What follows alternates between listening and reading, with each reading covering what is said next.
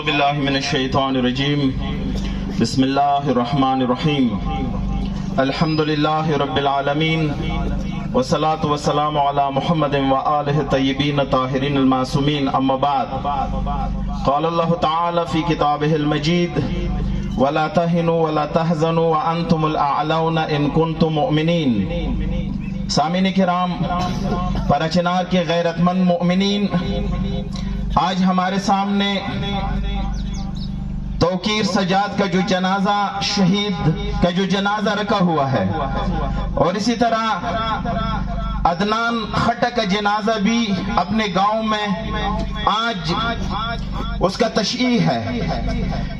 یہ دونوں شہید کے جنازے در حقیقت ہمارے مملکت پاکستان کے عہدوں پر بیٹھے ہوئے ذمہ داران کی نااہلی کا جنازہ ہے۔ یہ ٹھیک ہے، یہ ہمارے شہید ہیں، ہم شہادت پہ فخر کرتے ہیں، لیکن میں اپنے حکمرانوں سے پوچھتا ہوں، اپنے وزیر اعظم سے پوچھتا ہوں، میں آرمی چیف سے پوچھتا ہوں، میں D G I S I سے پوچھتا ہوں، میں پاکستان اور کے پی کے وزیر اعظم سے پوچھتا ہوں، کے پی کے میں جو ذمہ داران ہیں ان سے پوچھتا ہوں کہ ہم شہادتوں سے کبھی نہ گھبرائے ہیں اور نہ گھبرانے والے قوم ہیں، لیکن یقین جانیے اگر آج اکھوڑا خٹک یا ادھر جو جنازہ ہے اور ادھر جو شہید کا جنازہ ہے، یاد رکھو یہ تم سے نفرتوں کی بیج ہے جو ہر دل میں اگی جا رہی ہے، یہ تمہاری بے حسی ہے۔ میں پوچھنا چاہتا ہوں اپنے سیکیورٹی اداروں سے، خصوصاً ہمارے جو آئی ایس آئی ہے، جو اپنے آپ کو دنیا کا سب سے طاقتور ایجنسی سمجھتی ہے، وہ کیوں پاکستان میں دہشت گردی کو نہیں سنبھال سکتے؟ یاد رکھو پاکستان میں جہاں دہشت گردی ہوتی ہے یہ اس بات کی مترادف ہے کہ یہ پاکستان کے وجود کے لیے خطرہ ہے۔ کیوں سمجھ نہیں آ رہی ہے آپ کو؟ آج یہاں پہ شہید کا جنازہ ہے، یہ تمام اداروں کے نااہلی کا جنازہ نکلا ہوا ہے۔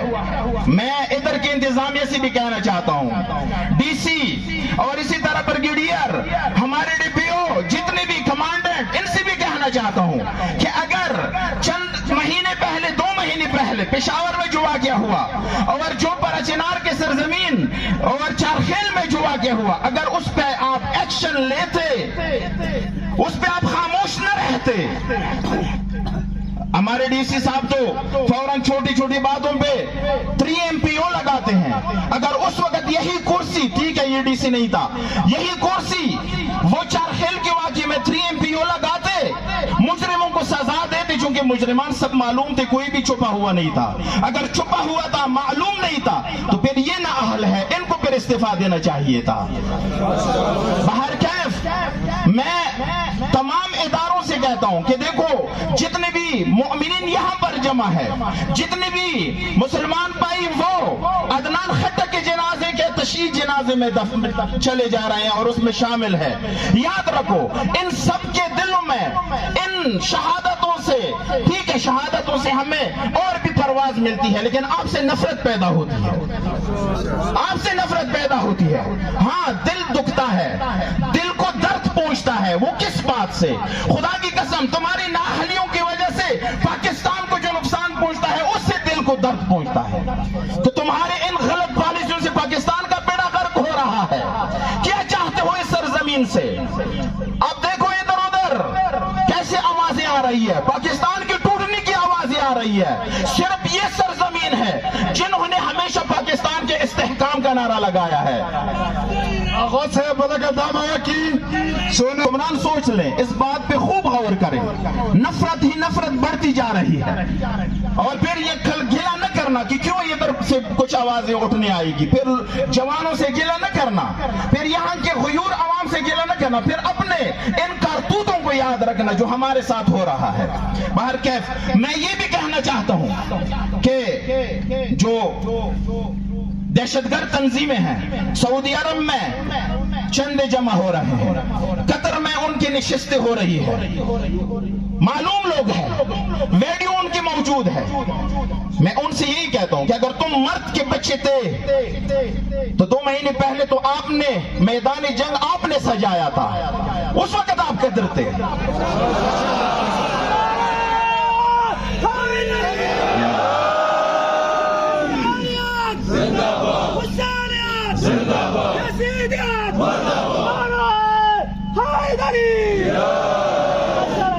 اس وقت آپ نے یہاں پہ میدان جنگ آپ نے سجایا تھا، لیکن ہم نے بہت پہلے کہا تھا سجاؤ گے آپ میدان جنگ، ختم پھر آپ نہیں کر سکو گے، ختم پھر کوئی اور کرے گا، پھر نتیجہ کچھ اور نکالے گا جو دیکھ لے گیا. باہر کیف میں ان پارچینار کے اہل سنت کے ان گروہوں سے کہنا چاہتا ہوں جو دہشت گرد ہے، البتہ امن پسند لوگ بھی بہت زیادہ ہے، لیکن جو دہشت گرد ہے ان سے میں کہنا چاہتا ہوں کہ اگر تم مرد کے بچے ہو تو میدان میں آ جاتے، راستوں میں تم کیوں زحمت کرتے ہو؟ میں تو بار بار یہ جملہ کہتا ہوں، راستے میں تو ایک عورت کو بھی کلاشن کوپ دو، سجاد توقیر کے ہاتھ میں کچھ نہیں تھا، تمہاری بہن بھی نکل آتی اس کو گولی مار سکتی تھی، تمہاری بیٹی بھی نکل آتی اس کو گولی مار سکتی تھی، یہ تو تمہاری عورتیں بھی کر سکتے، تم نے کیوں کیا؟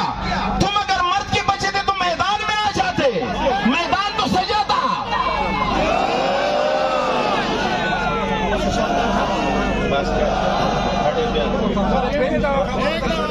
ہم چاہتے ہیں کہ اس خطے میں ہمیشہ کے لیے امن ہو، اس خطے میں بھائی چارہ ہو. میں کہتا ہوں کہ ابھی اگر یہ کہوں کہ راستہ میں نے تو کہہ دیا کہ راستے میں ہر ایک یہ کام کر سکتا ہے، لیکن یہ غیرت مند انسان کا کام نہیں ہے کہ راستوں میں ایک ایسے فرد پہ گولی چلائے، ایسی گاڑی پہ گولی چلائے جس کے ہاتھ میں کچھ نہ ہو.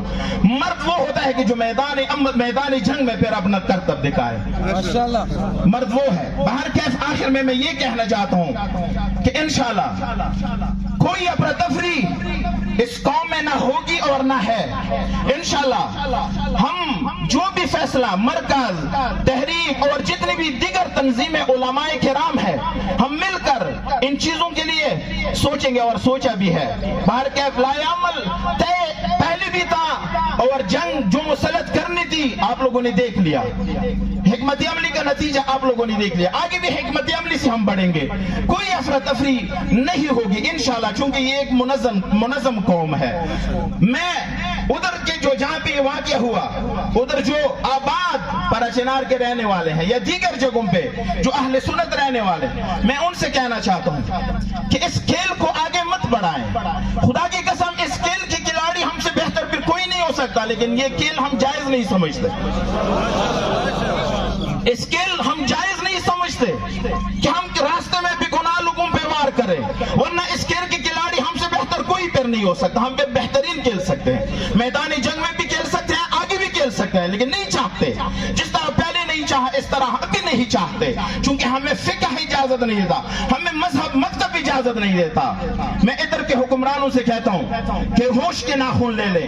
مزید ان دلوں میں جو نفرت پیدا ہو رہی ہے، ان نفرتوں کو مٹانے کا واحد راستہ یہی ہے کہ ادھر بھی امن ہو، راستے بھی امن ہو.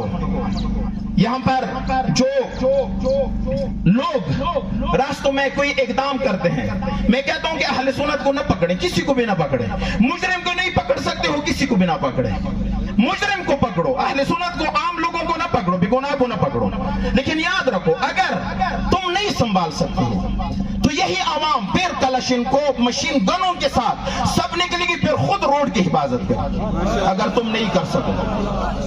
انشاءاللہ اس پہ ہمارے حکمران ان لوگوں کو مجبور نہیں کریں گے، ہوش کے ناخن لیں گے. میں آخر میں پھر کہنا چاہتا ہوں پاکستان کے تمام اقتدار پر بیٹھے ہوئے لوگوں سے، ذمہ داران سے، کہ خدا را اس ملک پر رحم کرے.